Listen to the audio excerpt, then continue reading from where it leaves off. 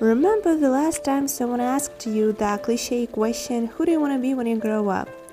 How many things you had been thinking of? What pictures started to spread in your mind? I have no clue about your ideas, but I've become tremendously tired of mine. Being a straight A student and creative personality, I've always tried to understand each and every item that I have come across. I was pretty good at it, since objects of my curiosity were the topics from the math and literature. I read thousands of science fiction books, tried to paint something, but getting older, the world around me became more complicated, perhaps. So many riveting things around me. A huge desire to get acquainted with everything drives me crazy. Having to choose a particular area or understand who am I, who do I want to be, or how do I feel, I felt utterly frustrated. I'm sure it's not only my problem because we live in the 21st century and have access to all possible data, and having the data we have lots of questions and ideas, so hard to focus on. Having all of that misunderstandings, I decided to apply a creative approach to realize what I want, what particular skills I want to approach, and created my personal source of inspiration. It was like identifying my personal branding through my values, ideas, pictures, skills. Personal branding is the process of creating an identity for yourself as an individual or a business. This involves developing a well-defined look, message, and presence online and offline. But in my case, I didn't try to explain to anyone who I am, what I do, where I'm going to. I try to explain it to myself. If you found yourself lost and you have never done it, I really advise you to do that. It's like writing down your personal diary where you write down your conclusions and your plans, describe your personality and understand who you are. Make your personal pictures. That's really creative. So I organized a little road trip, took my bicycle and started to make photos. Also, I took my little notebook to write down my plans, mistakes, things I want to change, activities I want to try. I was alone, so no one could distract me. I focused on myself. It took almost 4 hours to complete my goal. Then I came back home and made my own source of inspiration. Firstly, I made a notebook itself and started to decorate it, analyzing my personality, my story, my personal branding. As for me, this phrase is the best quote I have ever heard on grounds that quite frequently, person who lives in our brain has nothing in common with ourselves. So many times I made the same mistakes. Before I fell asleep, I had thought that tomorrow I'll change my life. It didn't happen because I expected too much from a future version of myself, unreal version of myself.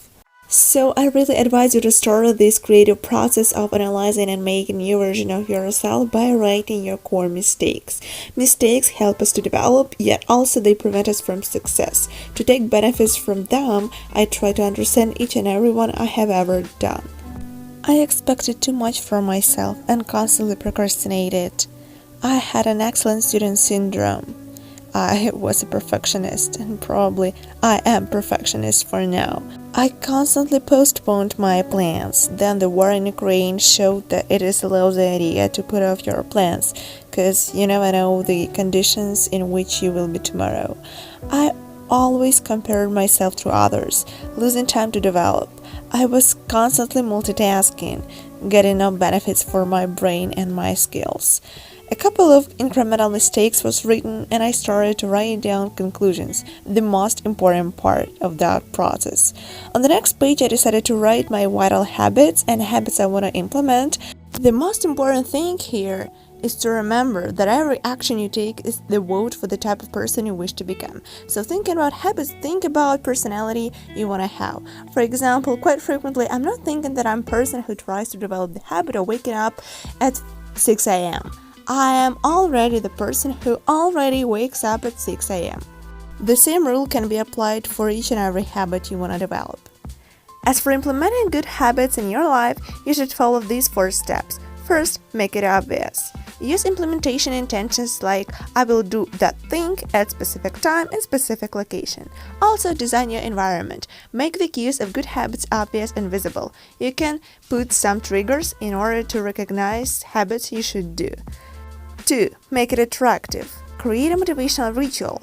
Do something you enjoy immediately before a difficult habit. Use the 2-minute rule.